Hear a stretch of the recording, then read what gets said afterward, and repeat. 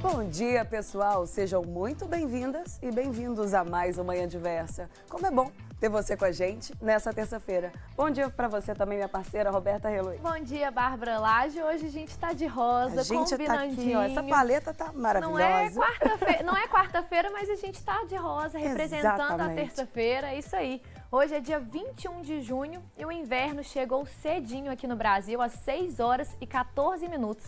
E nós, é claro, não poderíamos deixar de falar sobre isso no programa de hoje. Nós vamos receber ao vivo aqui no estúdio uma climatologista para falar como a temperatura deve se comportar nos próximos meses. E você pode aparecer aqui no Manhã Diversa. É só mandar uma foto de como está sendo o seu primeiro dia de inverno pelo nosso Instagram ou também pelo WhatsApp. E o STJ que decidiu pelo rol taxativo dos planos de saúde. Se você tem alguma dúvida sobre como isso muda na sua vida, acompanhe o Manhã Diversa de hoje, porque a gente vai te explicar tudinho e você também pode enviar sua pergunta sobre esse assunto pelas nossas redes sociais. E no nosso quadro de moda, nós vamos falar sobre peças versáteis, que combina com vários estilos e com várias ocasiões. E no Bora Rangar, a gente segue com as nossas tradições de festas juninas e hoje tem doce de abóbora com coco. Não dá para perder, né? Então continua ligadinho com a gente, porque o Manhã Diversa tá só começando.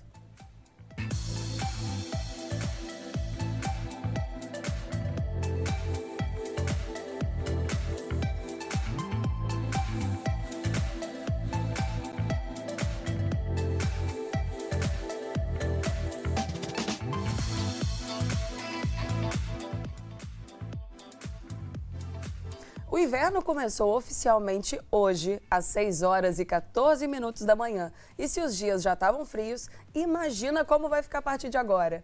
E aí, Roberta, tá preparada, parceira? Nunca. Nunca tô preparada pro frio. Já é de praxe a minha reclamação aqui sobre frio, né, gente? Você é do calor, né? Eu sou do calor e do calor que ninguém gosta. Eu gosto daquele calor que você sai do banho já suando. Nossa, e é só um de calor você que eu falar acho já que me não dá uma existe aflição. mais, porque esse ano eu não vi esse tipo de calor. Mas é isso, o inverno chegou e eu sei que você é o meu contrário, né? É do time do frio. Por isso a gente dá tão certo. Isso Os aí. opostos que se completam. Eu sou do time do frio, minha parceira. E ó, como a temperatura deve se comportar nos próximos meses, para a gente poder saber mais sobre isso, a gente chamou a climatologista Cássia Martins. Bom dia, Cássia, seja muito bem-vinda. Bom dia a todos e a todas. Bom dia, minha querida. Fala pra gente o seguinte, o que esperar desse ano de 2022 quando a gente fala de frio? O frio, né? O frio pertence ao inverno, né? Mas, ao mesmo tempo, a gente tem o inverno como esse ponto hoje, né? O início do inverno, ele, na realidade, é uma posição astronômica, né? Da Terra em relação, né? Ao seu movimento de translação.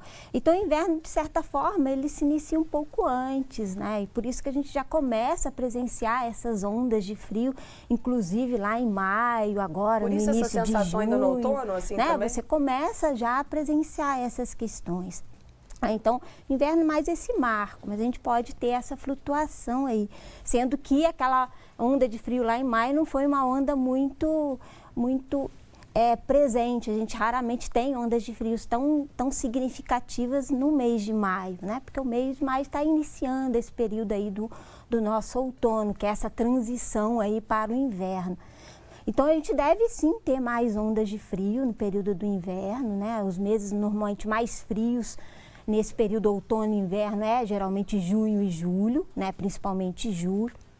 Isso deve nos dar aí, né, dentro das previsões, mais 2 ondas de frio dessa magnitude que afeta praticamente o Brasil inteiro. Mas aquelas ondas de frios menores, né, e que gostam de Juiz de Fora, né, parece que ela estaciona aqui por um período maior, principalmente nessas regiões mais serranas, né, de Minas, Rio, etc., você vai ter ela mais frequentes, né, que são aquelas associadas às frentes frias e que são bem frequentes durante o período do inverno. Então, o frio ele vem, né, e ele vai ser um pouco mais frequente esse ano. Cássia, quando meus amigos vêm me visitar aqui em Juiz de Fora, eles costumam falar que aqui o clima é cavernoso. E aí, essa friaca, eu acho que a gente já está sentindo, já tem um tempo, né? Inclusive, eu acho que na segunda quinzena de maio esfriou mais ainda.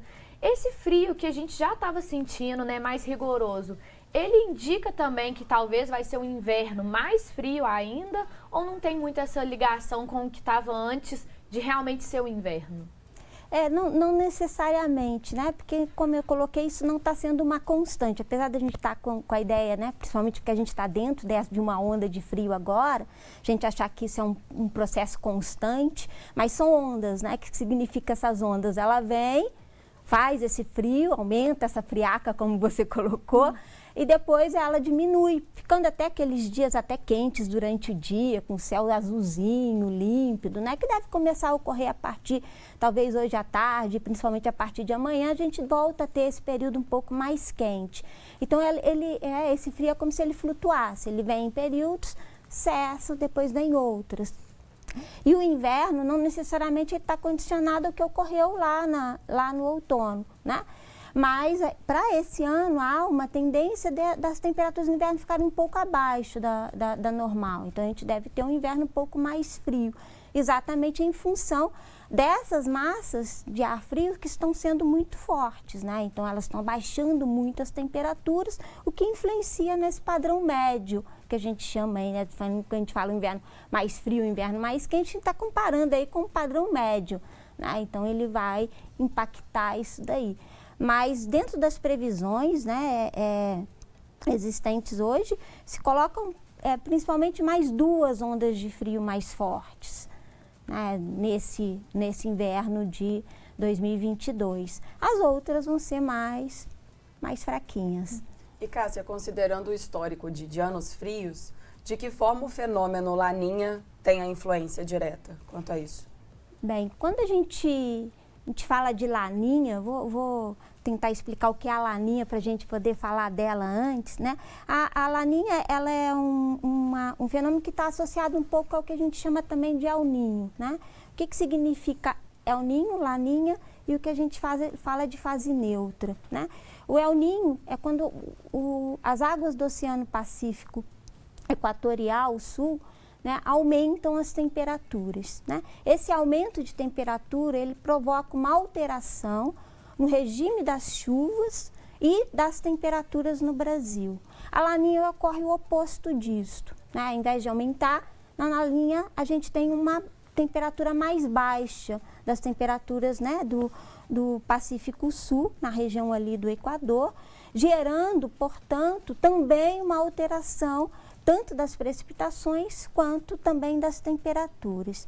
Essa alteração das temperaturas e precipitações, elas vão ser mais presentes, né, no norte e nordeste, né, principalmente onde você tem o aumento das chuvas sob efeito da Laninha, né, e a gente está vendo isso aí, né, ocorrendo, chuvas no Nordeste mais frequentes.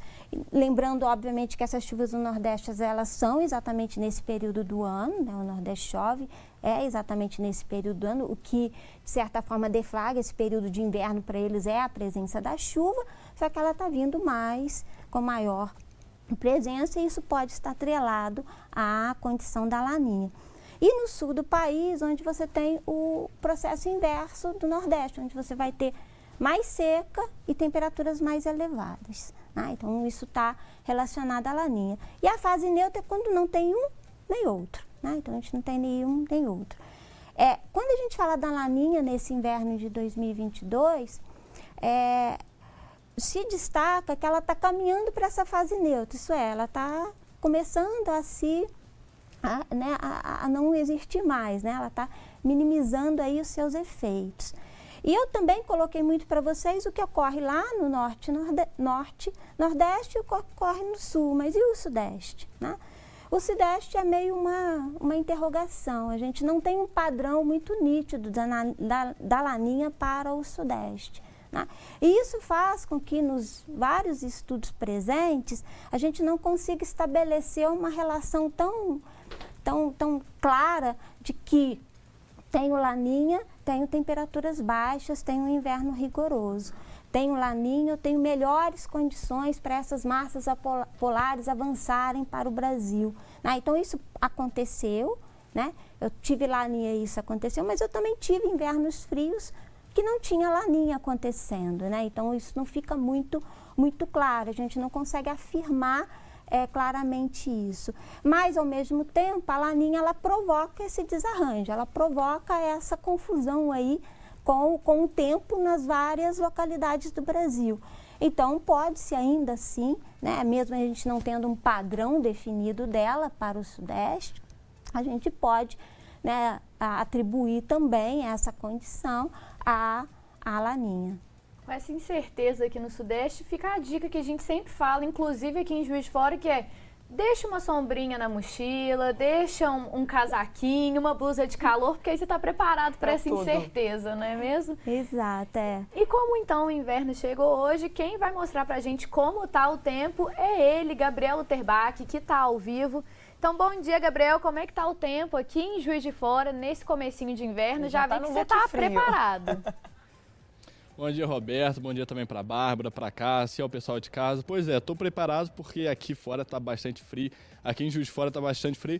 Aliás, né, a gente nem precisou esperar o inverno chegar para poder fazer frio, porque no outono a temperatura já estava bem abaixo, a segunda quinzena de maio já fez bastante frio, esse início de junho também fez bastante frio, e ontem a gente estava conversando aqui nos bastidores, né, Roberto, que ainda a gente não sentiu calor esse ano. Em janeiro também o tempo estava meio fechado, fevereiro também estava fechado, então agora a tendência é piorar com a chegada do inverno, né? Eu vou pedir para o cinegrafista Djalma Carneiro mostrar aqui o céu, para dar mais detalhes de como está aqui em Juiz de Fora. Aqui na Zona da Mata e Campos das Vertentes, o início do inverno é marcado pelo céu nublado e nevoeiro pela manhã. De acordo com o IMET, não há previsão de chuvas nessas localidades. A umidade do ar deve chegar a 35%. Até domingo, na Zona da Mata, a média, a temperatura máxima vai ser 27 e a mínima de 13. No Campo das Vertentes já vai ser mais frio, gente. Atenção, a média da temperatura máxima também vai ser de 27, mas a mínima vai ser de 5 graus, então bastante frio aí no Campo das Vertentes. Eu também separei algumas temperaturas de algumas cidades, a média até domingo. Aqui em Juiz de Fora, por exemplo, 13 graus de mínima e 26. Em Muriaé, 13 graus e 27. São João del Rei, 14 de mínima e 25 graus de máxima. Além Paraíba, 16 graus de mínima e 27 de máxima. E Barbacena, 12 graus de mínima e 25 de máxima. Então a gente pode esperar aí bastante frio, a mínima está bem baixa. E o pior são os ventinhos, né? Que fica gelando aí o cantinho da orelha, a ponta do nariz, o cabelo. Então o pior também é o frio. Com certeza, Gabriel. Barbacena, minha cidade, representando aí no frio, que a gente sabe, né? E assim, vamos esperar então esse céu azul que talvez pode vir a aparecer, né? A esperança é a última que morre. Então, muito obrigada, viu? Obrigada, Gabriel. E Cássia, a nossa convidada, climatologista, tão importante quanto as perguntas do Laninha e tudo. Quero saber, Cássia, você prefere o quê? O frio ou o calor? Já numa conversa anterior, já havia afirmado, eu também prefiro o calor, né? Você também é do time da Roberta? Não sou do frio, detesto o frio. Que bom, e eu acho que assim, Prefiro como a gente calor. não está vivendo tanto igual calor como era antes, né, assim, eu acho que as pessoas que eram do time do frio estão deixando de ser desse time, porque acho que cansa também o frio, né? Os Querendo excessos, ou não. né? Exatamente. Mas é isso, né? É isso aí, ó. No próximo bloco a gente continua a nossa entrevista. E se você tem o privilégio de estar em casa nesse frio, assistindo o nosso Manhã Diversa bem quentinho, manda uma foto pra gente. Ou se precisou sair de casa, mas ainda tá ligado no nosso programa, onde você estiver, pode enviar também pra gente uma foto, que a gente vai adorar mostrar como tá sendo o seu primeiro dia de frio, de inverno por aí. O nosso WhatsApp você já conhece, mas vale a pena repetir. O DDD é 32 e o número é 999397416. Eu, a Roberta e a Cássia, a gente está aqui esperando sua mensagem e volta já já.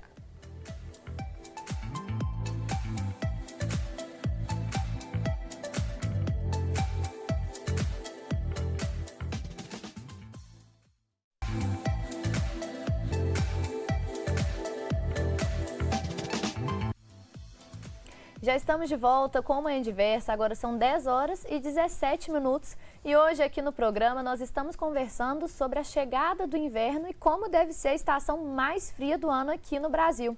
E a gente recebe a climatologista Cássia Martins para responder então umas perguntas aí ligadas a essa estação que muitos amam e muitos nem tanto, né?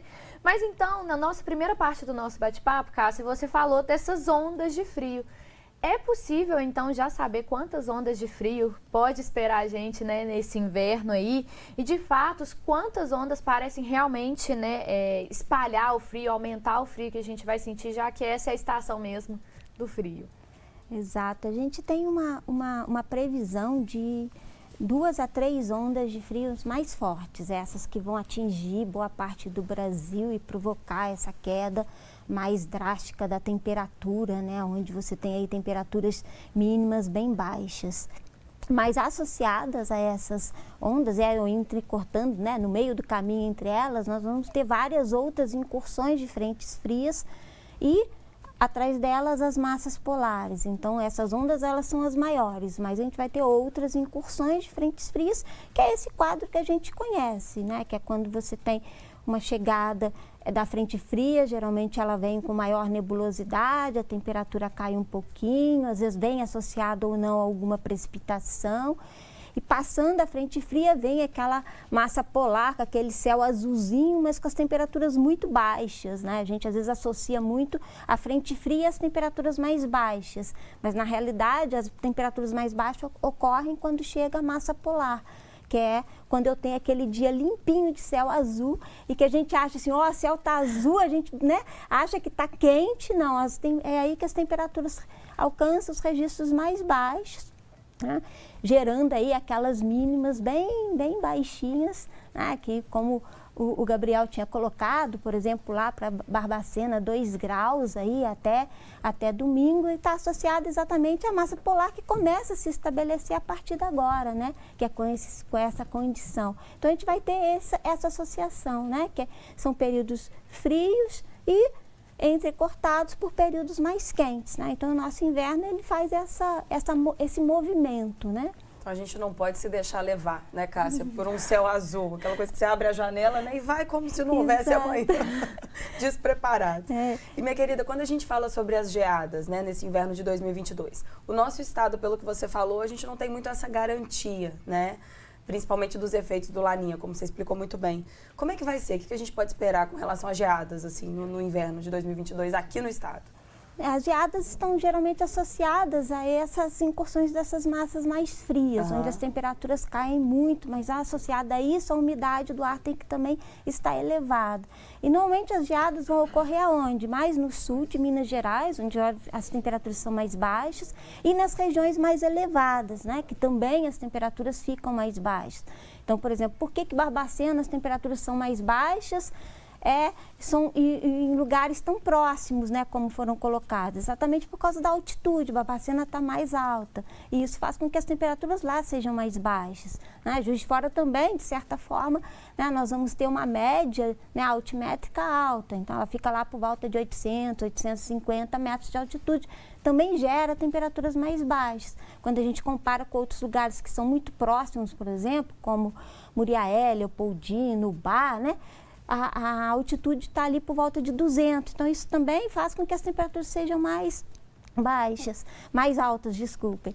Isso faz, portanto, que a gente tenha geada nas regiões mais elevadas, por exemplo, na região do Caparaó, da Mantiqueira, no sul e no sul de Minas, né, onde eu tenho aí latitudes um pouco maiores, também influenciando nessa recepção das massas polares. Cássia, é muito curioso realmente ver essa diferença em questão de, por exemplo, 100 quilômetros, né, que separa Barbacena e Juiz de Fora e que realmente, assim, parece que são cidades completamente distantes, porque quando você vai em uma está muito mais fria, aí você chega aqui já está mais quente.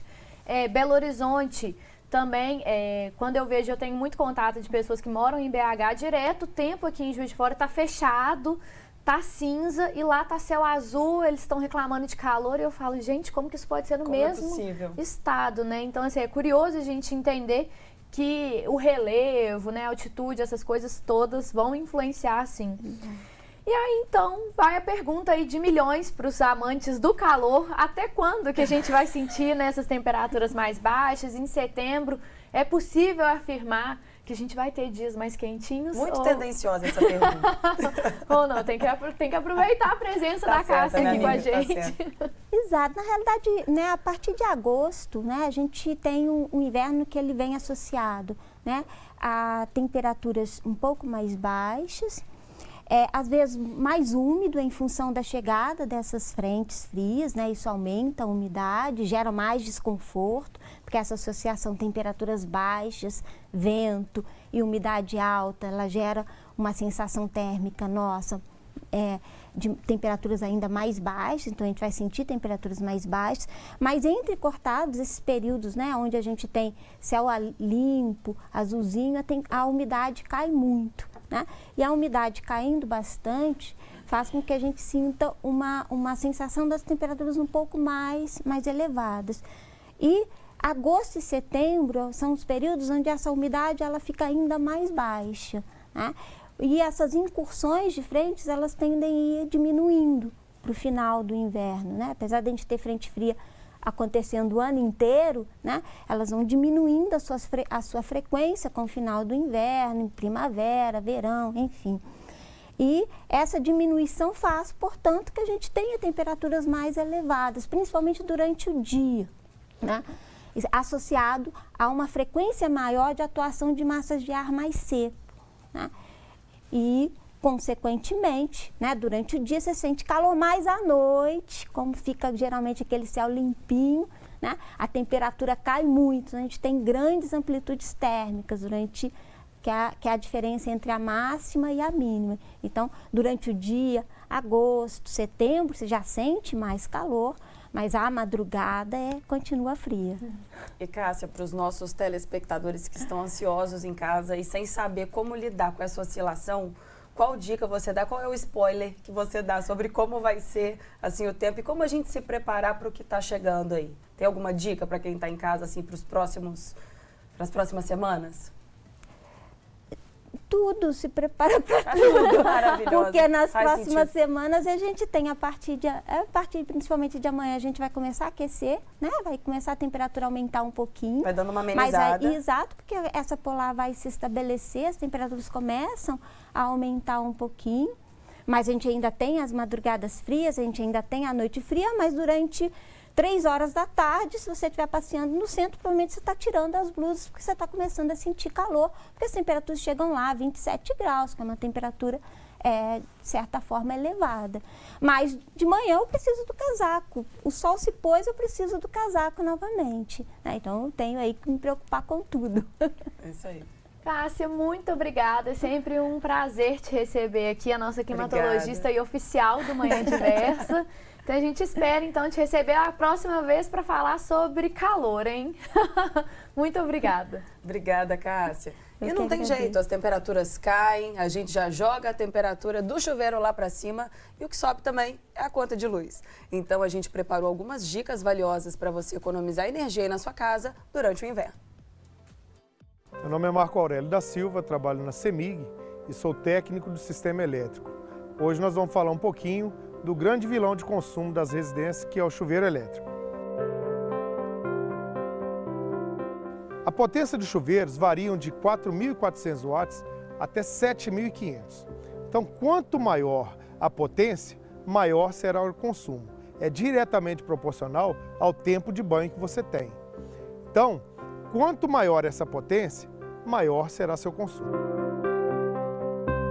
Então, quando você for adquirir o equipamento, é importante você visualizar qual que é a potência dele. Nas residências é muito comum nós encontrarmos as tensões de 127 volts e 220 volts.